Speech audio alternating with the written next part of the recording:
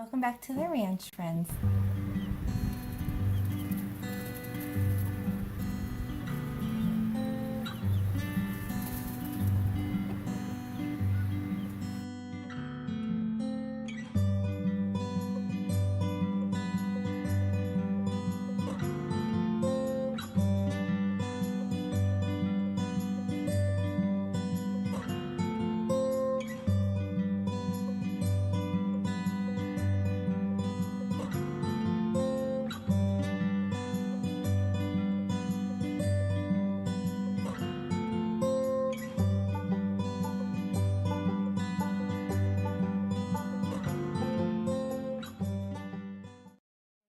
Kitchen, and we're going to be working on a new recipe that I found on YouTube for some chewy chocolate chip cookies.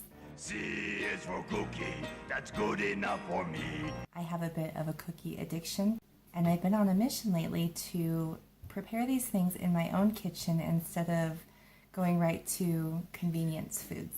I am notorious for using convenience foods, frozen foods, anything out of a box. And now that we're producing food at the ranch, it's time to start learning how to use it. This recipe comes from Sally Mckenny at the Grateful channel. I'll put a link below if you want to watch her video on how to make these. It's probably going to be a lot more in-depth than mine. We wanted to share this recipe with you guys because it's unlike any chocolate chip cookie recipe I've ever seen, and I think it's going to turn out pretty amazing. So come along with us and let's try it out.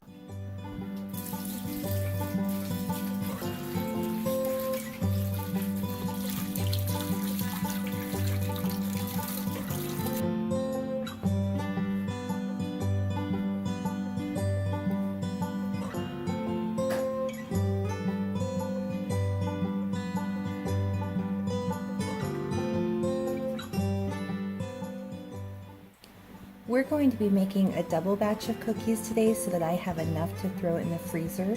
So when the urge for some chocolate chip cookies arises, we can just pull those out instead of running to the grocery store and picking up some convenience food. We're trying to avoid that. So for the video, I'm going to give you the ingredients and the measures for a double batch. And then I will, in the description, add the recipe for a single batch. You're going to want 1.5 cup melted butter. Now obviously my butter is not melted right now. We're going to throw it in the microwave. The reason you want melted instead of softened, according to Sally, is that it's going to give your cookies a denser texture, which is going to add to that chewiness that we're shooting for. Then you're going to need 1.5 cup brown sugar, and make sure that you pack this into your measuring cup. Next, you're going to need 1 cup of granulated sugar, 4 teaspoons of vanilla extract. This recipe calls for 2 eggs and then 2 egg yolks, so you'll want to separate the whites out of 2 of those eggs.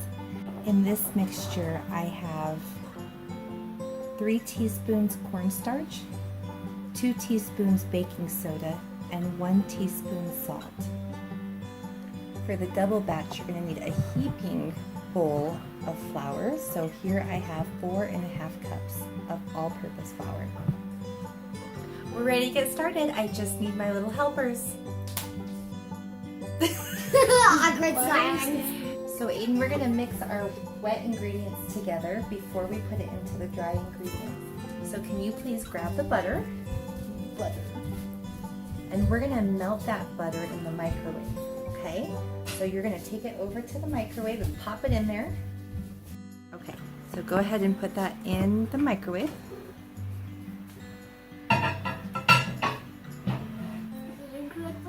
Uh-huh. Okay, now you're going to set it for 30 seconds and press start.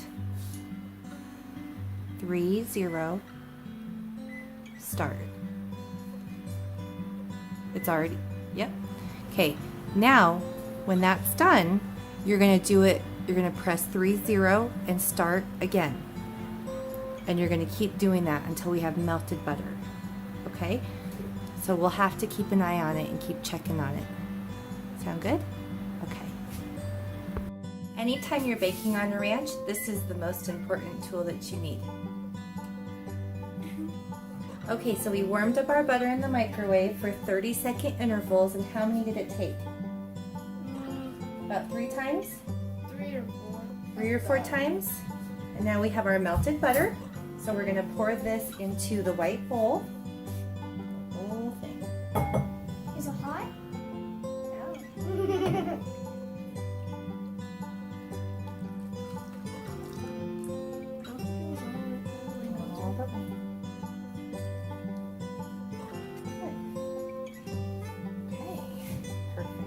Go put that in the sink for me.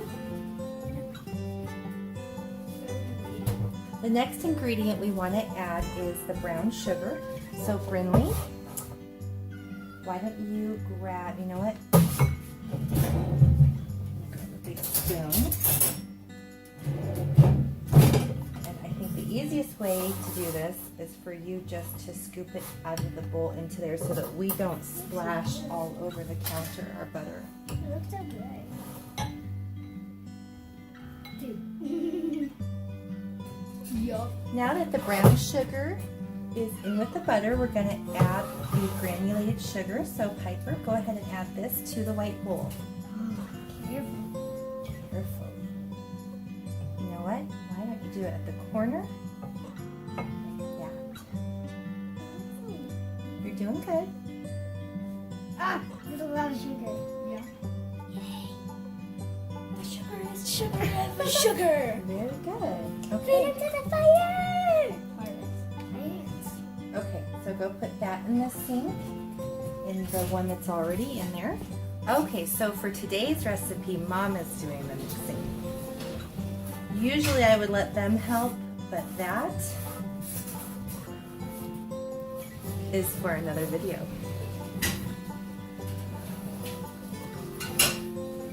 Okay, so we've got our mixture of sugar and butter. We're gonna set that aside because you need to let the butter cool down. If you don't and you add the eggs too soon, it will actually cook the eggs a little, which will mess up the texture of your cookies. So while we're waiting for that, we're gonna crack open some eggs and we're gonna separate the egg yolk from the egg white. How do you think we're gonna do that? I don't know. Oh, I know. How are you gonna separate the egg yolk from the egg white? I know. So you get like a little spoon or a a bottle, and you put it in the yellow spot, and it takes it out of the egg. That's really funny. That's actually a hack that we saw on Facebook. I think they used a water bottle. I watched Didn't it. they? Yeah. And they used it kind of like an eyedropper. And they squeezed it, and it sucked in the egg yolk. Okay, so you're right. You do know how that would work. I think that would work. I have not actually tried that. We're gonna do it a little bit differently. I have a tool that will help us to do that. So let's use that. I got this 13-piece set at Walmart, the Super Slicer. I actually bought it because I needed a cheese grater, and it had that function on it along with a lot of others like a salad spinner, an egg beater blade, an egg separator, and it was 10 bucks. So I went ahead and picked that up, and that's what I'm going to be using to separate the egg yolks today, is this little tool right here. So however you choose to separate that egg yolk, but this is what we're going to use. Okay, Brinley, are you ready to give this a try? Yeah. I've never separated a yolk from a white before, so let's see how it goes.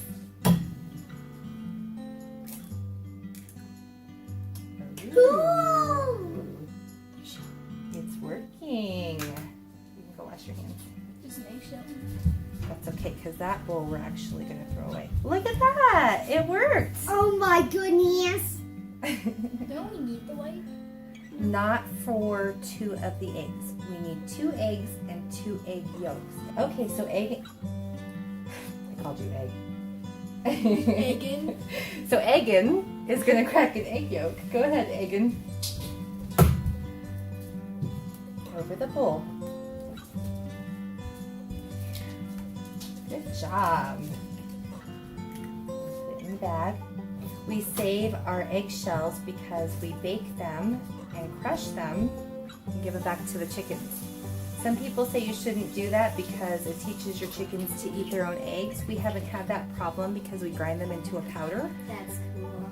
And isn't that cool? And it provides them with extra calcium. So we sprinkle it on their treats when they get treats. Okay, so that is a nifty little tool.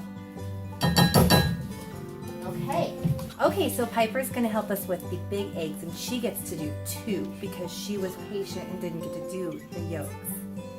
Go ahead. I'm gonna do the Yeah, do the big one. This is a Moran egg. We love the Morans. How did that shoot out the side? I don't know. It's a bad egg. It's a bad egg. That's not bad.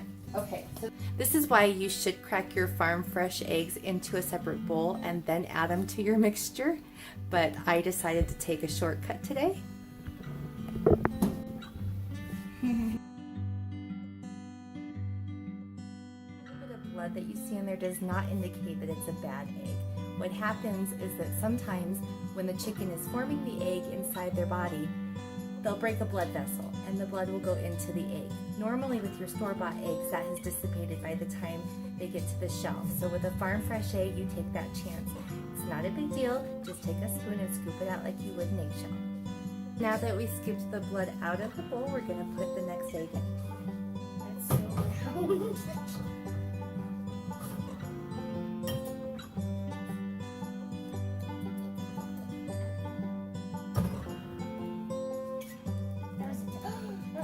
It's okay. Just like the blood, you can scoop out the eggshells as well. So after you have your eggs, you're going to beat them either with a whisk or a fork, and you're going to set them aside and let them warm up. They should be room temperature before you add them to your wet ingredients mixture.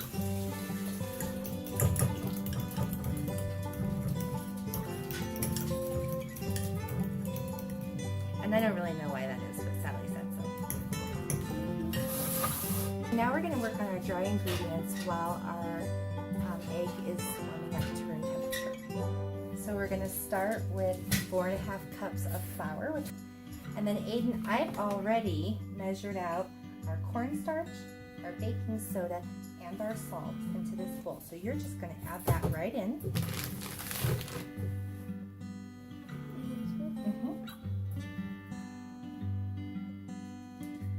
And that's it. Our dry ingredients are done. That was easy. Take this and just lightly stir that around. So now that our eggs are room temperature, we're going to add them to our wet ingredients. Brinley, do you want to go ahead and pour those in? Yes. Very good. A little bit further in. Don't want to be such on the edge.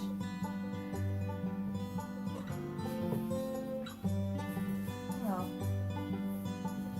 And the eggshells are still in the bowl. How nice. Okay, I'm going to go put that in the sink. Eggshell cookies. Okay, so I'm going to stir that in. The last wet ingredient that we're going to add to this mixture is our vanilla. You I would hold like to this. smell vanilla.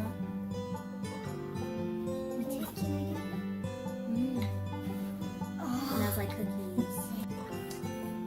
So we're going to put 4 teaspoons of vanilla extract in. So there's 1,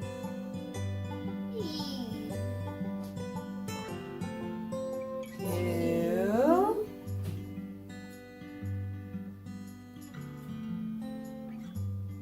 3,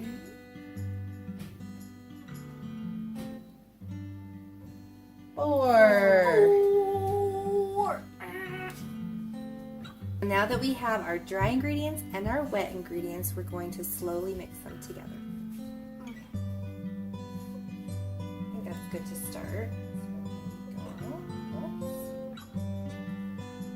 Okay, you can go get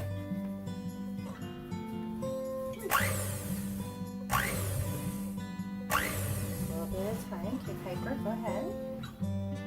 Not at the edge.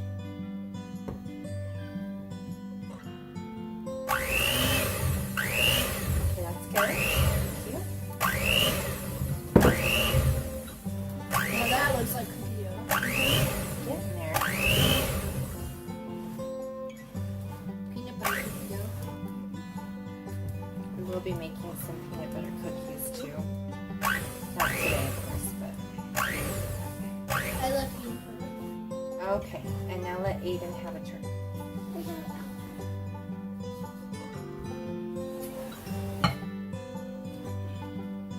ahead with the rest of it.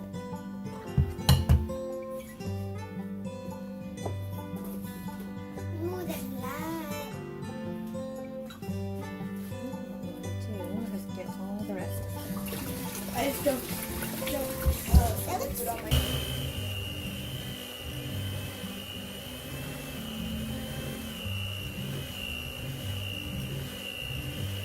All right, we only have 2 beaters, so I'll take we'll this do a beater.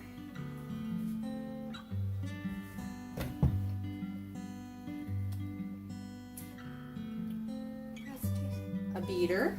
Thank you.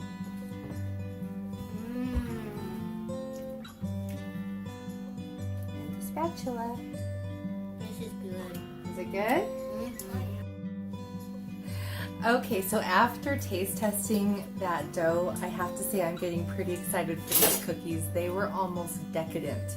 It was so good. So I can imagine that after it's baked, it's going to be amazing. So we're going to put in the chocolate chips, and then we're actually going to refrigerate the cookie dough overnight.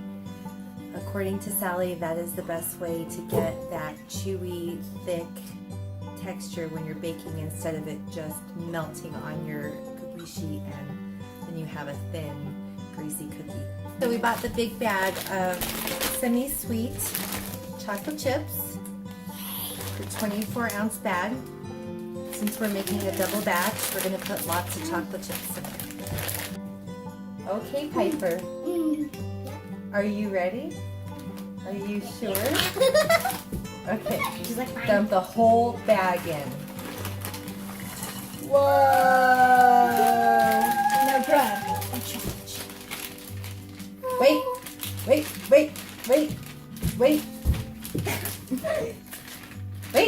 Pull the bag apart.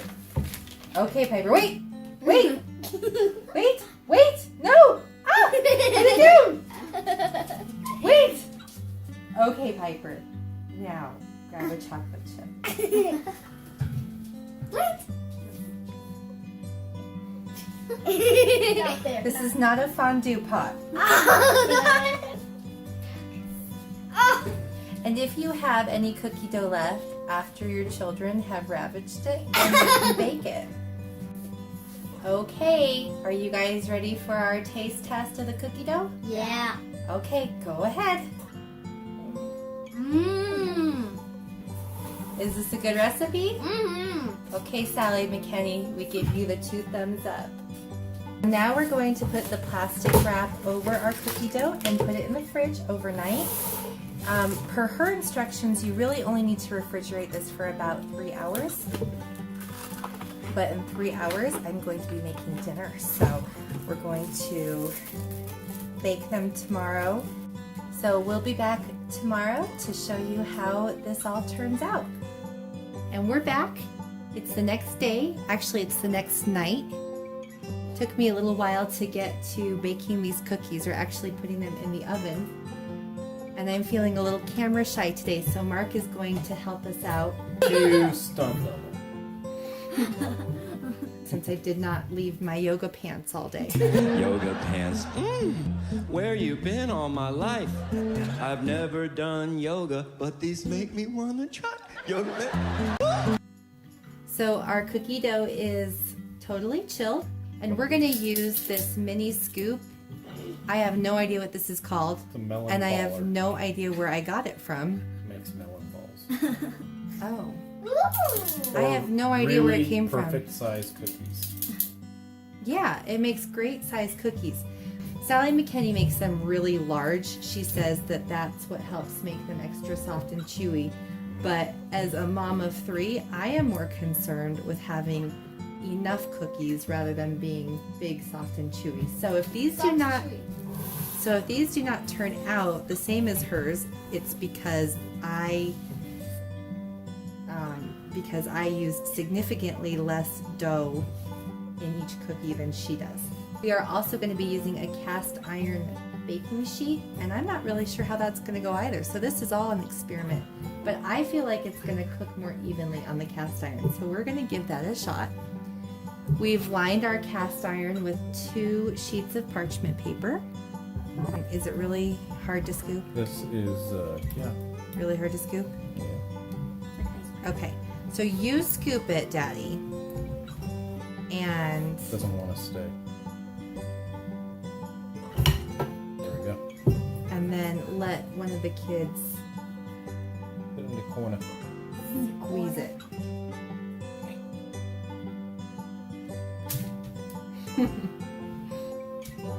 You want to try and make all the balls as close to the same size as you can.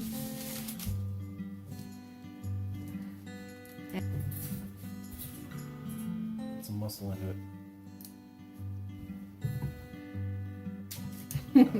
Kill power. We're not done yet. Okay, Daddy has taken over because we really got to manhandle this cookie dough.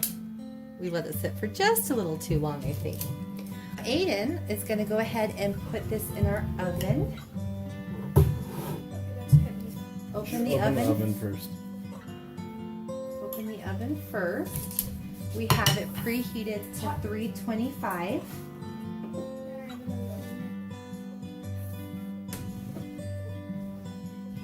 Don't hit the side of the oven.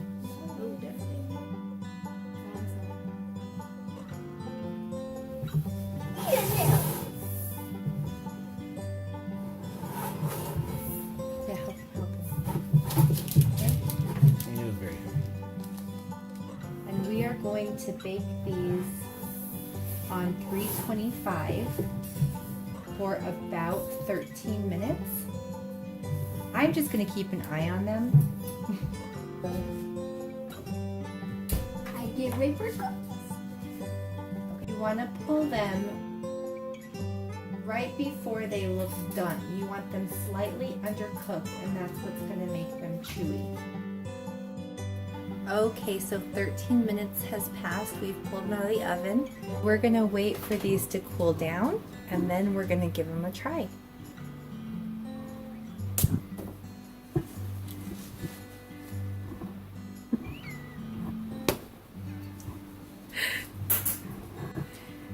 That's really why I needed the fly swatter.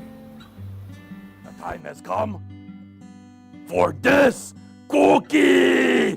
Nom nom nom nom. Oh, nom nom nom nom nom nom. Ah. Bye bye.